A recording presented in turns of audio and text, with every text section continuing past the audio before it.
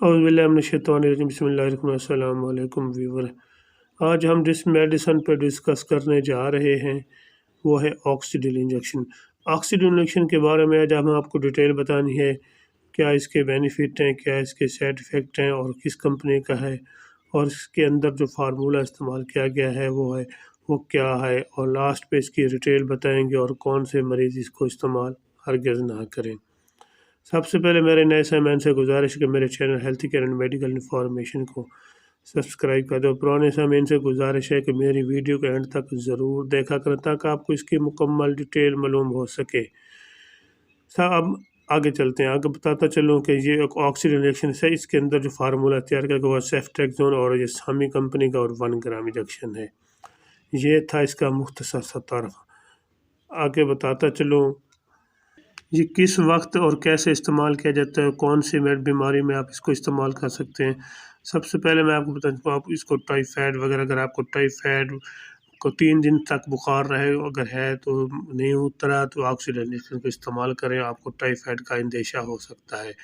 اگر آپ کو نمونیا ہے، چیسٹ انفیکشن ہے، چھاتی میں بلغم ہے، گلے میں خارش ہے اور گلے کا انفیکشن، ناک میں سوزش وغیرہ ہو چکی ہے تو آپ اس کو استعمال کر سکتے ہیں، اور ڈاکٹر کی ہدایت کے مطابق اب 3 دن سے 5 دن تک استعمال کر سکتے صبح شام۔ یہ بیڈ ڈوز میں ہوتا ہے، آئی وی انجیکشن لگایا جاتا ہے کنولا پاس کروا کر۔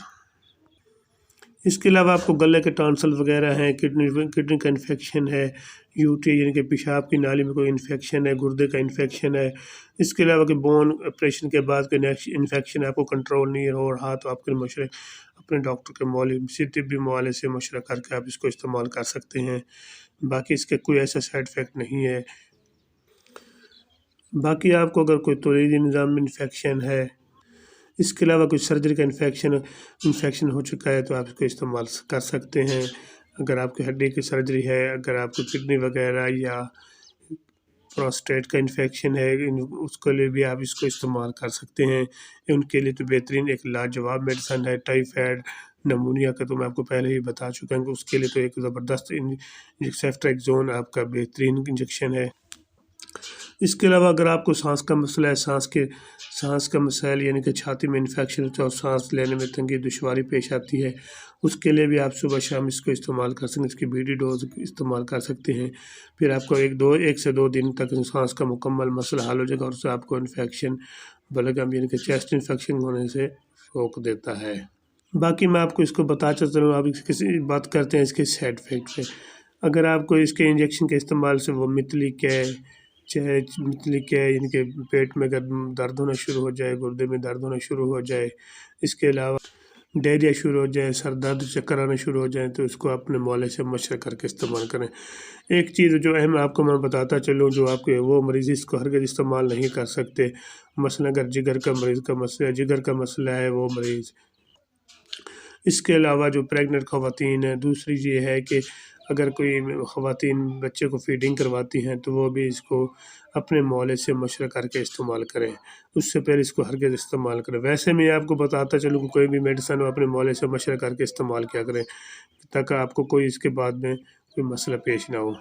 اس کے علاوہ اگر آپ کو کوئی اس کے انجیکشن کے لگانے سے آپ کو جلد کا پہلے اگر مسئلہ ہے، اگر بعد میں کوئی جلد پہ اسکیبیز وغیرہ یا ریڈنس وغیرہ ہو رہی ہو تو اس کو پھر بھی استعمال نہ کریں اور اپنے معالج سے مشورہ کر لیں۔ اور آپ کو اگر میڈیسن چینج کر دے، اس کے ساتھ کوئی انجیکشن ایڈ بھی کر سکتا ہے۔ اس کے بعد انجیکشن جلد پہ الرجی وغیرہ بھی ہو سکتی ہے۔ میں اب اس کی آپ کو ریٹیل بتاتا چلوں، اس کی کیا ریٹیل ہے۔ اس کو مارکیٹ میں یہ آپ دیکھ سکتے ہیں 415 روپے، ان کے 415 روپیز کا 1 انجیکشن ہے۔ یہ مارکیٹ میں اویلیبل ہے، یہ مارکیٹ سے آپ کو ہر اچھے میڈیکل سٹور اور ہر فارمیسی سے مل سکتا ہے۔ اگر میری ویڈیو اچھی لگے تو میرے چینل کو سبسکرائب کر دیجیے گا۔